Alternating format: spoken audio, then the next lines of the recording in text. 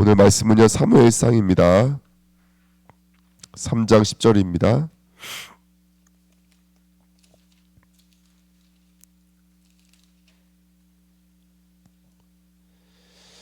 우리 구약성경 사무엘상 3장 10절입니다.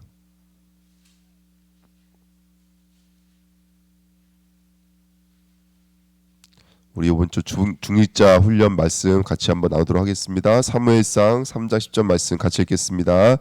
여호와께서 임하여 서서 전과 같이 사무엘아 사무엘아 부르시는지라 사무엘이 이르되 말씀하옵소서 주의 종이 듣겠나이다 하니. 아멘.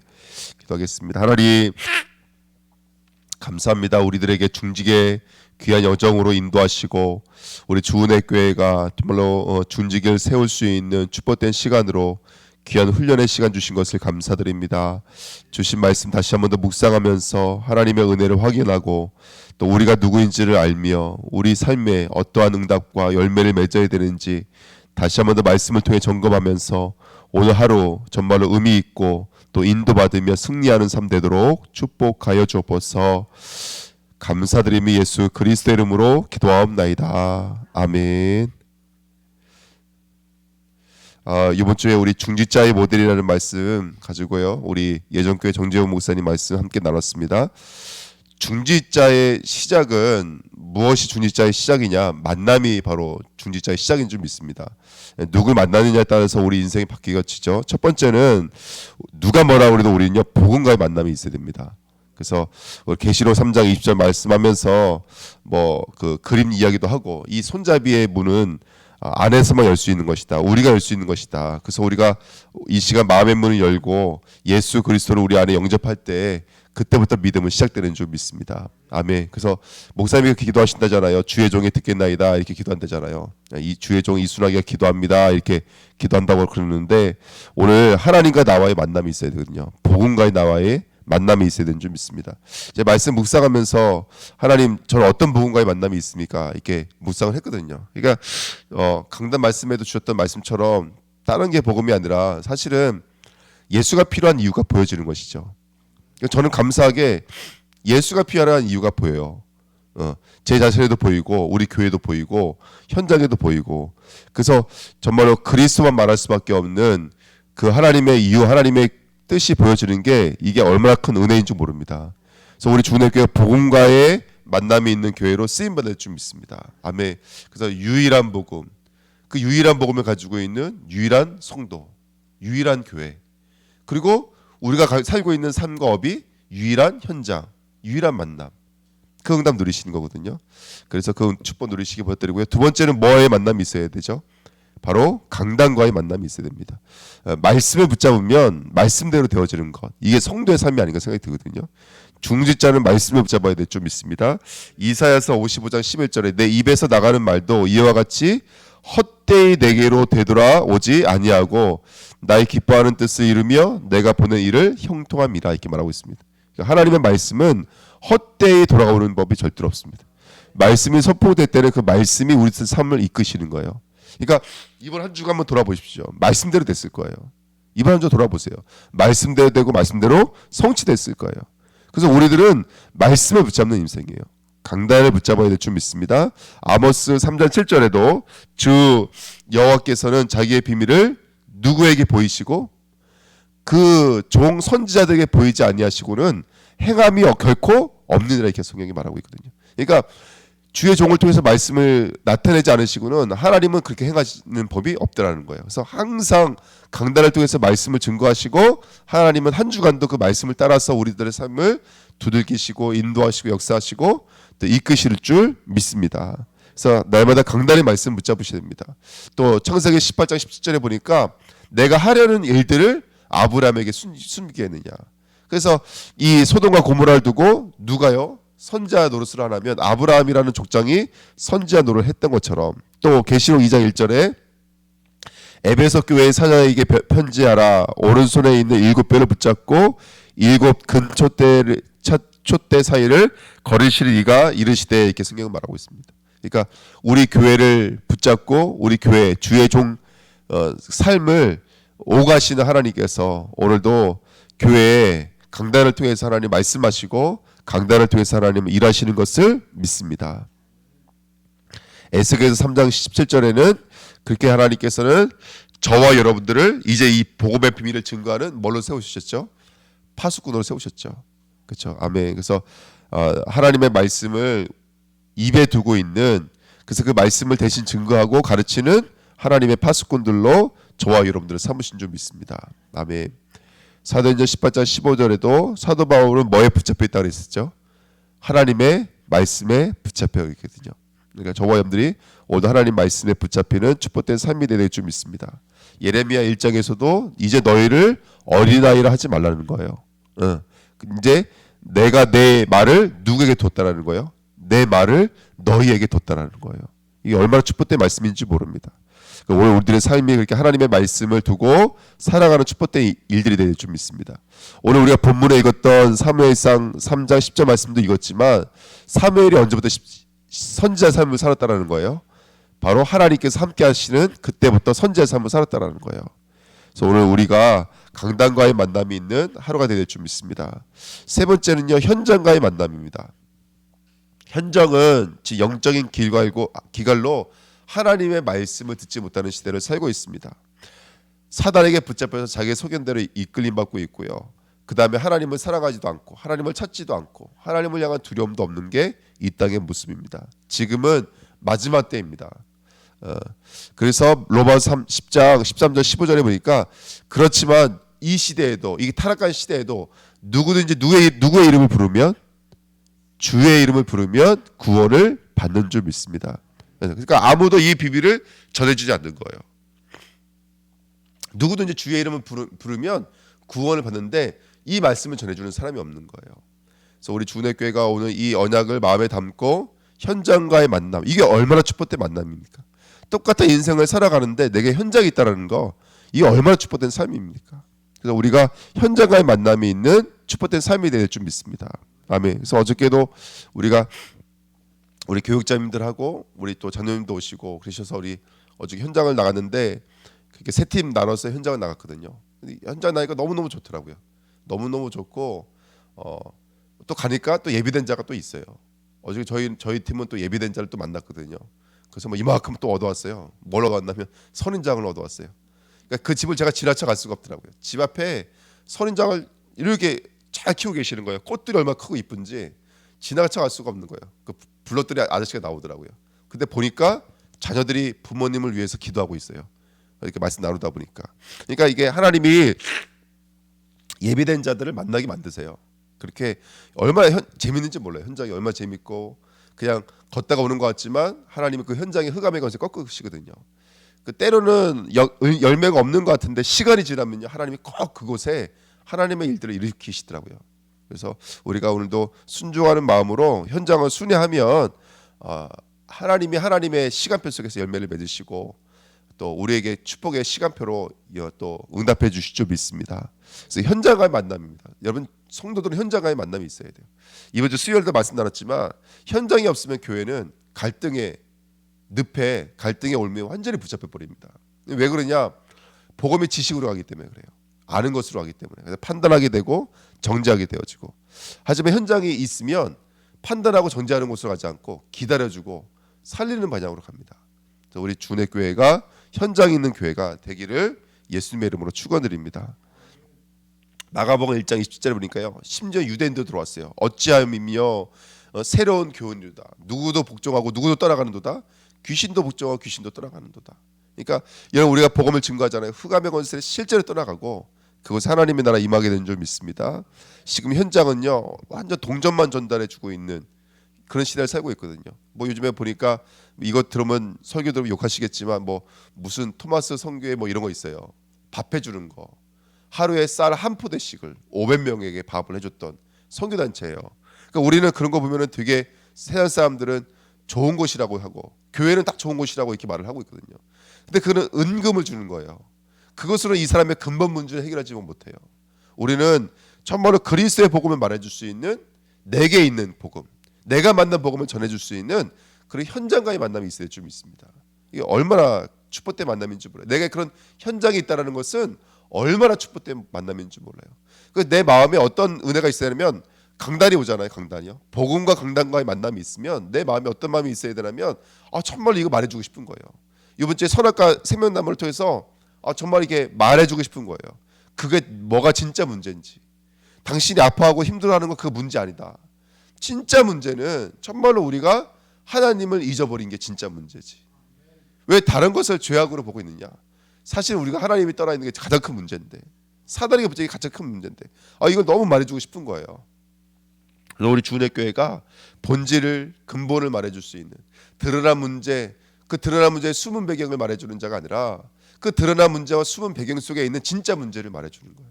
그러니까 진짜를 보지 못하니까, 하나님을 정말로 보지 못하니까 말씀을 받는데 하나님의 말씀을 못 듣는 거예요. 그러니까 계속해서 또 기도하지 못하는 거예요. 왜? 계속 내 생각하게 되니까, 머릿속에서 생각하지 말고 기도해야 되거든요, 우리가. 그래서 오늘도 현장과의 만남, 이게 너무나 중요한 메시지입니다. 그래서 정말로 에디오피아 네시와 빌립 집사의 만남이 있었던 것처럼 우리 주은혜 교회가 복음과의 인격적 만남, 강단과의 만남, 현장과의 만남, 이 인격적인 만남이 우리 주은혜 교회에 임하시기를 예수님의 이름으로 축원드립니다. 아멘. 그래서 하나님과의 만남, 오늘 정말 하나님과의 만남의 축복 누리시고 하나님의 은혜의 축복 누리시고 그게 승리하시기를 부탁드립니다. 두 번째입니다. 중직자의 중심입니다. 이제 우리가 복음으로 강단으로 시작했다면, 현장으로 시작했다면, 그럼 우리 마음에는 뭐가 있어야 되겠습니까? 제일 중요한 것이요. 어떤 마음이 있어야 됩니까? 하나님 앞에서예요. 신앙생활은 항상 누구 앞에서 하시는 것이죠?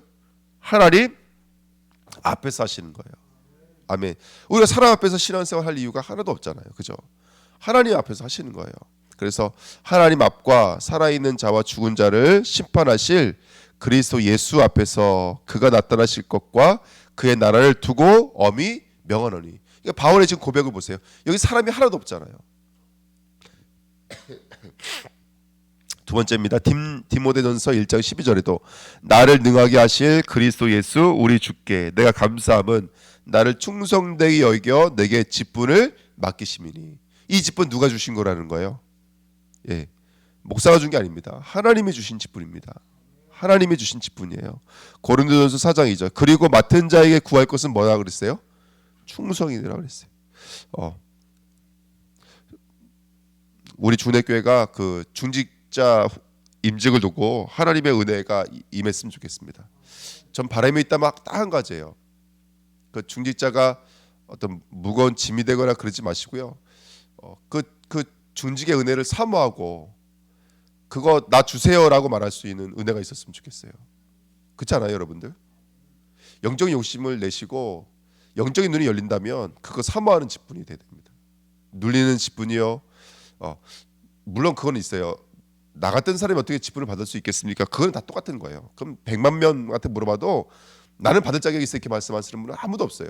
다 자격이 없는 가운데 받는 것이지. 하지만 저는 정말로 영적인 눈이 열려지고 은혜가 열려지면 그거 받고 싶어요. 주세요라고 말해야 된다고 생각이 들어요. 그래서 은혜를 사모하면서 오늘 하나님 앞에 서서 이 직분이란 하나님 앞에 있는 직분이거든요. 하나님이 주신 직분이거든요. 그러니까 얼마나 소중한 것입니까? 오늘 하나님 앞에 쓰시면 모든 것이 승리하게 될 줄 믿습니다. 하나님 앞에 쓰시면 모든 것이 승리합니다. 두 번째, 신앙 앞에 섭니다. 누가복음 13장 33절에 그러나 오늘과 내일과 모레는 내가 갈 길을 가야 하리니 선지자가 예루살렘 밖에서는 죽는 법이 없느니라 이렇게 말하고 있습니다. 예수님의 고백인데요. 이것이 우리들의 믿음의 고백이 될 줄 믿습니다. 아멘. 어디서 우리들의 삶이 드려져야 되고 우리들의 삶이 어디 쓰임 받아야 되는지 그 가치를 아는 거예요. 그래서 저는 너무 감사했어요. 이게 수요일날 광고 드려서 우리 현장 나가십시다 그랬는데 우리 교육자님들 사실은 다들 일을 하시잖아요. 근데 그걸 그 시간에 어떻게든 만들어가지고 오셨더라고요. 그래서 너무너무 감사했어요. 우리 장로님도 또 오셔서 같이 현장 나간 너무너무 감사하고.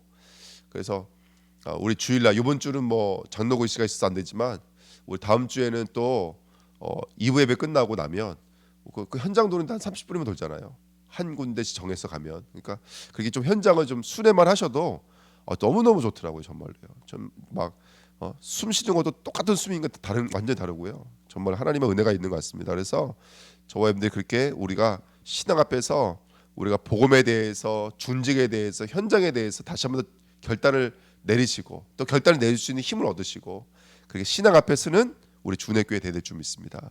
사도행전 20장 23절 24절 오직 성령이 각 성에서 내게 증언하여 결박과 환난이 나를 기다린다 하시나 내가 달려갈 길과 주 예수께 받은 사명 곧 하나님의 은혜의 복음을 증언하는 일을 마치려 하면은 나의 생명조차 조금 더 귀한 것으로 여기지 아니하노라. 아멘. 이번 주에 우리 사도행전 20장 말씀 나눴잖아요. 그 말씀 밑에 있는 말씀인데 그 사도행전을 공부하니까 또 이 말씀이 새롭게 들리더라고요. 지금 앞에는 유대인들이 항구에서 기다리고 있어요. 죽이겠다고. 근데 바울은 철저히 규례가 있잖아요. 예배 중심, 절기 중심이었거든요.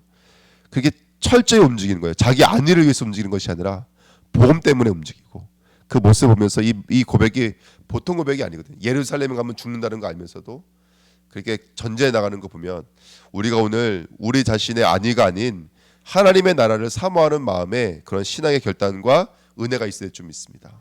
다니엘서 6장 10절에도 알고도 했다고 알고도 그거 기도하면 죽는 거 알고도 했다고 성경은 말하고 있어요. 다니엘서 3장 18절에도 그리 아니하실지라도 이렇게 고백하고 있거든요. 그러니까 우리가 신앙 앞에 서서 우리가 어떤 모습으로 신자의 삶을 살아가야 되는지 그런 믿음과 고백이 있어야 될 줄 믿습니다. 세 번째입니다. 교회 앞에서입니다. 하나님은 우리에게 교회를 주셨다는 것은 우리에게 직무와 또 일해야 될 업무를 주시고 업을 주시고 그것 통해서 하나님의 나라를 이루시길 원하시거든요. 특별히 그래서 우리가 가장 중요한 것 중에 하나가 뭐냐면 사도행전 11장 21절에 바나와 바와 바울의 만남입니다. 그러니까 바나바의 그릇이 우리에게도 임해야 될 줄 믿습니다. 당시에 아무도 상종 안 했던 바울을 이 바나바가 찾아가서 그것도 그렇게 먼 길을 찾아가서 숨어있는 바나바를 다소까지 쫓아가서 데리고 들어왔거든요. 그래서 안디옥 교회에 목회자를 세웠거든요. 그러니까 이거는 웬만한 정신이 없으면 할 수가 없는 일들이죠. 그거를 지금 바나바가 그 응답을 드렸거든요. 그러니까 우리 주내교회가 교회를 두고 그냥 중직자가 아니라 정말로 뼈를 묻을 수 있을 만큼의 응답을 드리는 그런 그릇으로 인도받아야 될 줄 믿습니다. 교회는 어때야 될까요? 누구든지 이해하고 누구든지 수용하고 우리에게 동기가 있다고 한다면 그 동기는 복음이어야 돼요. 근데 복음이 어떤 동기죠? 어떤 모습이죠? 용서예요. 은혜예요. 사랑이에요. 그렇잖아요. 우리 구원의 길 그리면 하나님의 구원하면 제일 먼저 그린 게 뭐예요? 요한복음 3장 16절이에요. 하나님의 우리를 너무너무 사랑해 주셔서 보내신 것이 바로 그리스도인 줄 믿습니다. 그러니까 오늘 우리가 그릇을 정말로 키워서 누구 와도 괜찮고 누구 와도 살릴 수 있는 교회를 쓰임받아야 될 줄 믿습니다. 아멘. 두 번째, 영적인 세대주 축복을 누리는 우리 중직자님들이 되셔야 돼요. 그래서 하나님이 우리 중직자님들을 한 교회, 한 가정뿐만 아니라 그 현장에 영적인 세대주로 부르신 줄 믿습니다. 목사님 그런 말씀 하시잖아요. 손 드는 자가 어른이라고. 우리가 손 드는 자가 돼야 돼요. 저 그 말씀 읽으면서 또 이번에 또 마침 또 이면수 성도님이 누구죠? 그게? 그 뭐죠? 갑자기 기름이 안 나네요. 그거 사진 올린 거 보면서 제가 이런 생각이 들더라고요. 야곱은 바로를 축복할 수 있는 사람이 아니거든요. 야곱은 개게 머리가 쩔다 망한 사람이고 바로는 그 당시에 최강대국의 왕이었어요, 여러분. 황제예요. 근데 야곱이 바로를 축복했다니까요. 소를 얹고. 그러니까 하나님이 우리 영적인 세대주로 부르신 줄 믿습니다. 너무나 감사한 건 뭐냐면 누가복음 50장 20절에 보니까요. 그 탕자가 올 때 아버지가 이렇게 말을 해요. 아직 거리가 먼데 성경에 이렇게 써 있어요. 근데 누군지 알아봤다라는 거예요. 그 거지가 자기 아들인 줄 알아봤다라는 거예요. 아직도 거리가 먼데. 그러니까 오늘 우리가 영적인 눈을 열어서 정말로 하나님의 눈으로 현장을 볼 수 있는 그런 정말 영적인 세대주가 되야 될 줄 믿습니다. 아멘. 그 고린도서 4장 15절에도 이렇게 말하고 있죠. 일만 스승은 있으되 아비는 없다 그랬어요. 아비는 가르치는 사람들은 많지만 살리는 사람은 없는 거예요. 품어주는 사람은 없는 거예요. 영적인 세대주로 쓰임받을 줄 믿습니다. 빌립보서 1장 3절 8절에도 바울이 너희를 생각할 때마다 무엇을 가지고 생각한다고요? 그리스도의 심장을 가지고 생각한다 그랬어요. 그러니까 우리 주내교회가 영적인 세대주가 돼서 주님의 마음으로 현장을 돌보면서 살리는 그런 세대주의 축복을 누리게 될 줄 믿습니다. 세 번째 동역자의 축복을 누려야 됩니다. 로마서 16장에 있는 것처럼 브리스굴라 아굴라는 그 주의 종을 위해서 목숨까지도 내놓았다 이렇게 성경은 말하고 있거든요. 그래서 그때도 목사님 말씀하셨던 것처럼 나를 숨겨줄 수 있는 친구가 나에게 친구다 이렇게 말했잖아요. 그 상황 속에서 환경 속에서 우리가 피를 나누고 같은 기도 제목을 나누고 그렇게 복음을 나누는 교회가 됐으면 좋겠습니다. 자, 세 번째입니다. 중직자의 결론입니다. 중직자는 아무래도 사탄의 더 큰 타겟이 되죠.